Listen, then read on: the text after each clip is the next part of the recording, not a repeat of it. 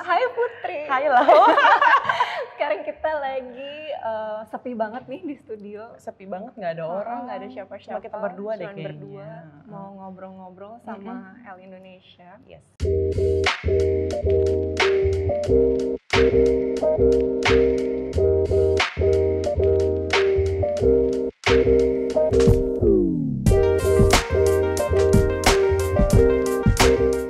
Jadi gini Put, aku kan selalu ngikutin perjalanan karir kamu.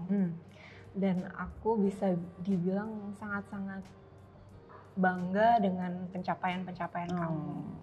Nah, aku pengen tahu apa yang membuat kamu tertarik untuk menjadi seorang aktor dan apa sih yang kamu temukan sebagai pengembangan diri di industri film ini? Oke, kalau jadi aktor tuh sebenarnya nggak pernah kepikiran sama aku Lau sama sekali.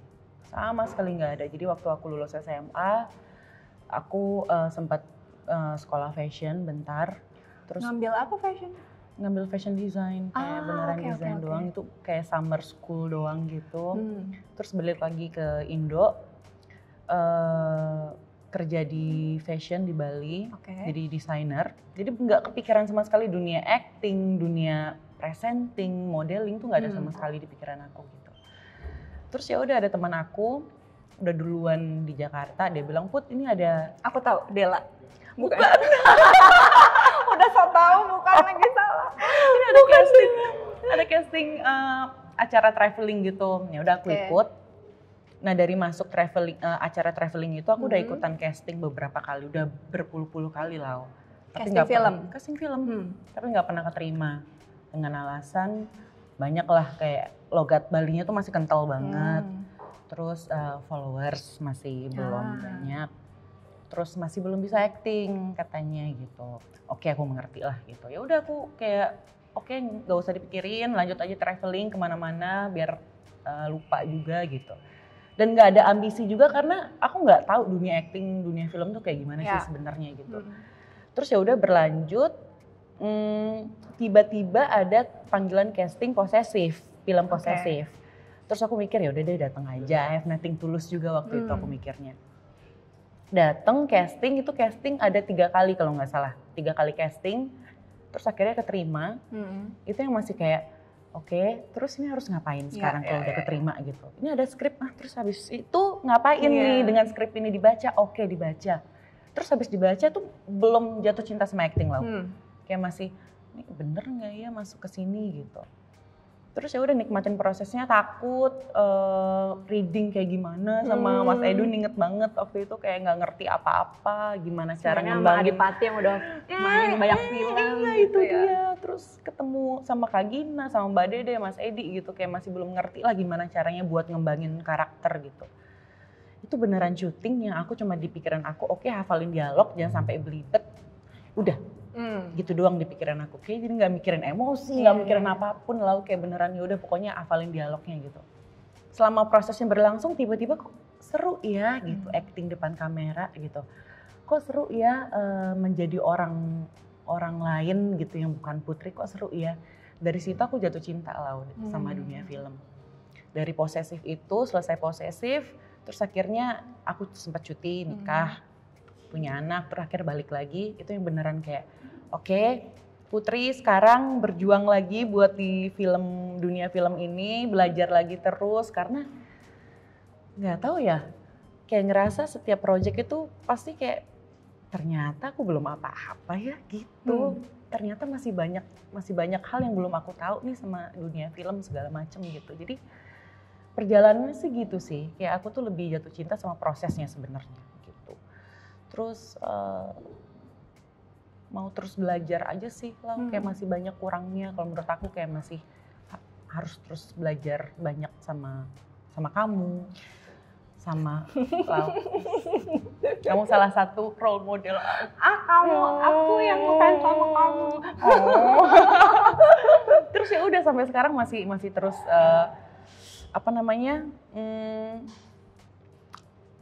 mengembangkan diri di film. Itu sih, itu aja sih sebenarnya.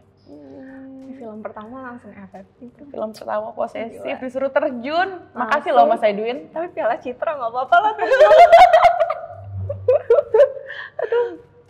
kita sebagai seorang perempuan di dunia film, sebagai seorang aktris, pasti kan kita selalu dapet lah kayak omongan perempuan aktris kayak gimana gitu, kayak stereotype gitu loh Lau. Pernah nggak sih kayak kamu kan udah berkarir udah lama banget kan gitu. Pernah nggak sih mengalami hal-hal seperti itu? Terus gimana kamu menghadapi? Aku beruntung sih dapat suami, keluarga yang selalu support gitu. Support sistemku besar. Mau dari iparku, mertuaku, sahabat-sahabatku gitu. Semuanya nggak pernah ngejudge pekerjaan dan karir aku gitu. Walaupun aku sebagai ibu rumah tangga juga, sebagai seorang istri, ibu, tapi aku juga tetap punya kebebasan untuk menjalani apa yang aku suka gitu. Dan aku dapat dukungan penuh. Jadi aku nggak pernah ngerasa di posisi yang terjepit ketika aku harus ngejar karir atau balance sama keluarga gitu. Jadi aku dapat dua-duanya. Aku ngerasa gitu. Kalau tantangan sendiri sih aku ngerasa aku seneng banget dapet tantangan. Aku ngerasa hidupku tuh sangat-sangat tenang, sangat flat gitu. Jadi aku ngerasa dari acting itu aku dapat banyak sekali perasaan-perasaan yang aku belum pernah rasain sebelumnya. Dapat gejolak-gejolak lah gitu ya.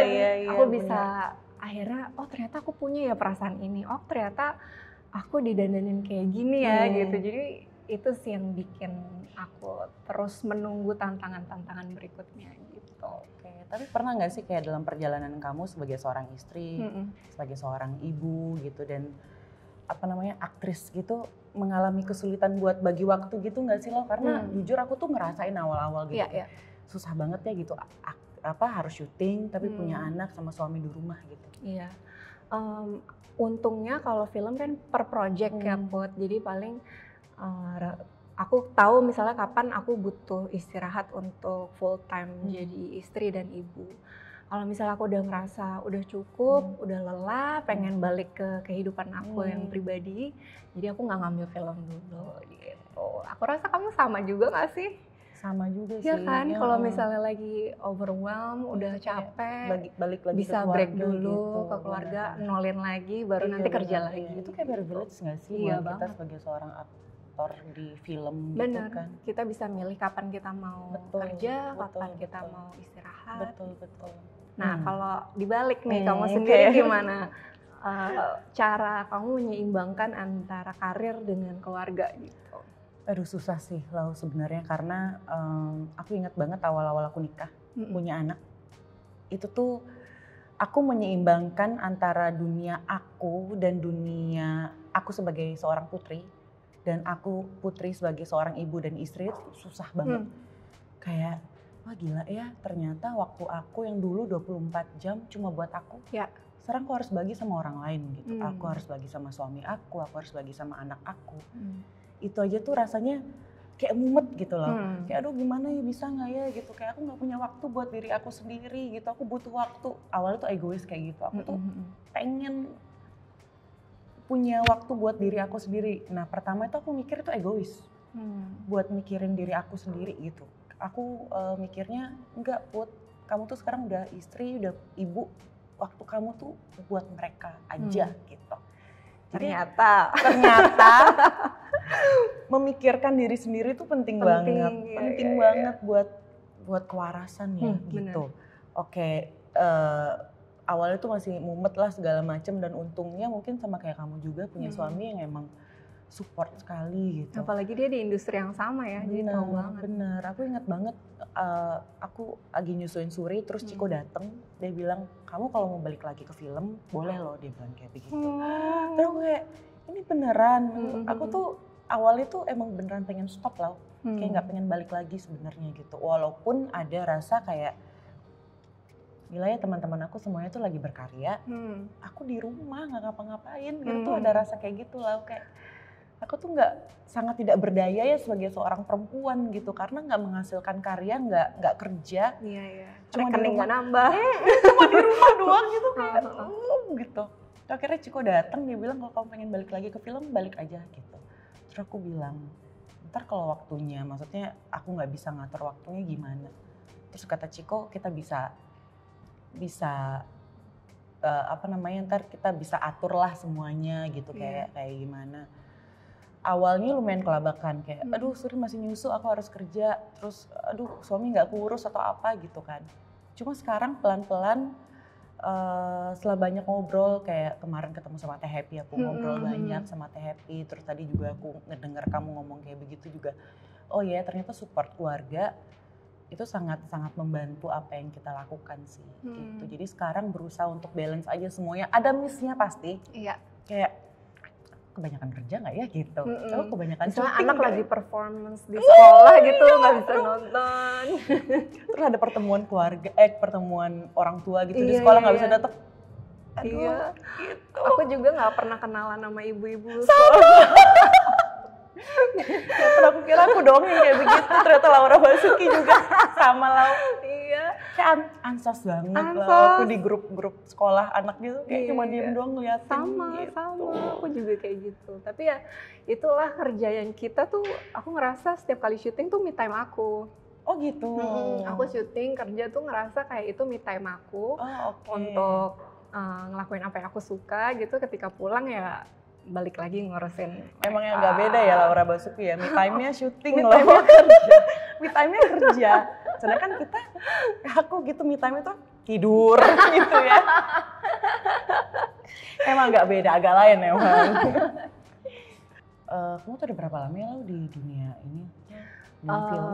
Aku dari 2008 ya, sekitar 16 tahun. Udah lama banget. Udah lama banget. Terus pernah nggak sih bosen gitu lo? Kayak bosen sama semuanya ya, pasti ada ya gitu. Terus gimana sih kamu kayak bosen tapi tetap harus jalan gitu? Iya, aku sih selalu berusaha ngambil project yang emang benar-benar aku pengen banget. Gitu. Jadi aku pertama kali ketika ditawarin pasti aku minta full baca skripnya. Kalau ketika pertama kali baca skrip aku langsung bisa engage dengan karakternya, langsung bisa punya bayangan kira-kira aku bisa ngapain dengan karakternya. Itu kemungkinan besar aku pasti akan happy ngerjainnya gitu. Aku juga lihat sutradaranya, lihat lawan mainnya, lihat timingnya juga gitu. Kalau misalnya semuanya oke, harusnya sih nggak ada masalah ketika ngejalaninnya. Jadi aku sebenarnya nggak pernah ngerasa bosen sih. Capek fisik aja ya pasti ya. Kalau misalnya syuting kadang kan pulang pagi, besoknya pagi lagi. Itu cuman setelah selesai film kadang-kadang aku minta izin sama suamiku sama sahabat-sahabat aku mau jalan-jalan dulu ya gitu untuk ngerilis semua. Nanti udah fresh baru aku pulang ke rumah sama suami anak gitu. Itu ternyata guys, nggak pernah bosen Laura Basuki. Nggak pernah bosen. Ya harus ngeliat kamu deh. Aku tuh kadang. Kamu pernah kayak ngerasa bosen gitu? Bosen mungkin enggak ya, mungkin overwhelmed kali ya gitu. Kayak kemarin aku habis syuting di Magelang situ. Aku tuh sempat ngerasa, kok aku tuh nggak ada ambisinya lagi ya. Kayak dulu tuh kalau setiap mau berangkat syuting tuh ada rasa kayak, oke, hari ini syuting, hari ini sini kayak gini-gini, aku harus mengerjakan ini dengan sebaik-baiknya gitu. Kalau kemarin itu tuh kayak, oh hari ini syuting ya udah yuk gitu. Udah kecapean banget kali. Aku tuh lumayan takut kayak, aku kenapa ya gitu. Apa aku mulai bosen atau kecapean atau overwhelmed sama semuanya gitu. Kadang memang kita tanpa disadari ngerasanya nggak apa-apa setelah selesai syuting. Betul. Cuman memang ada residu-residunya sih dari peran-peran yang kita mainin. Kalau nggak ada jeda sama sekali tuh emang ya capek. Capek banget sih ya. Capeknya tuh fisik iya, kayak mental juga iya. Semuanya sih ya. Oke, thank you for watching. Thank you, udah. Itu emang aku tuh ya kalau sama Laura gitu seneng banget ya Lau. Jadi aku tuh selalu ngerasa kamu tuh temen aku yang beneran kayak apa ya? Sama introvert nggak sih? Sama nggak suka keramaian, selalu mojok. Kita kalau ketemu kayak mojok. Jadi kalau ketemu tuh kayak ada Laura, ada oke. Aku tenang gitu, aman karena udah sama.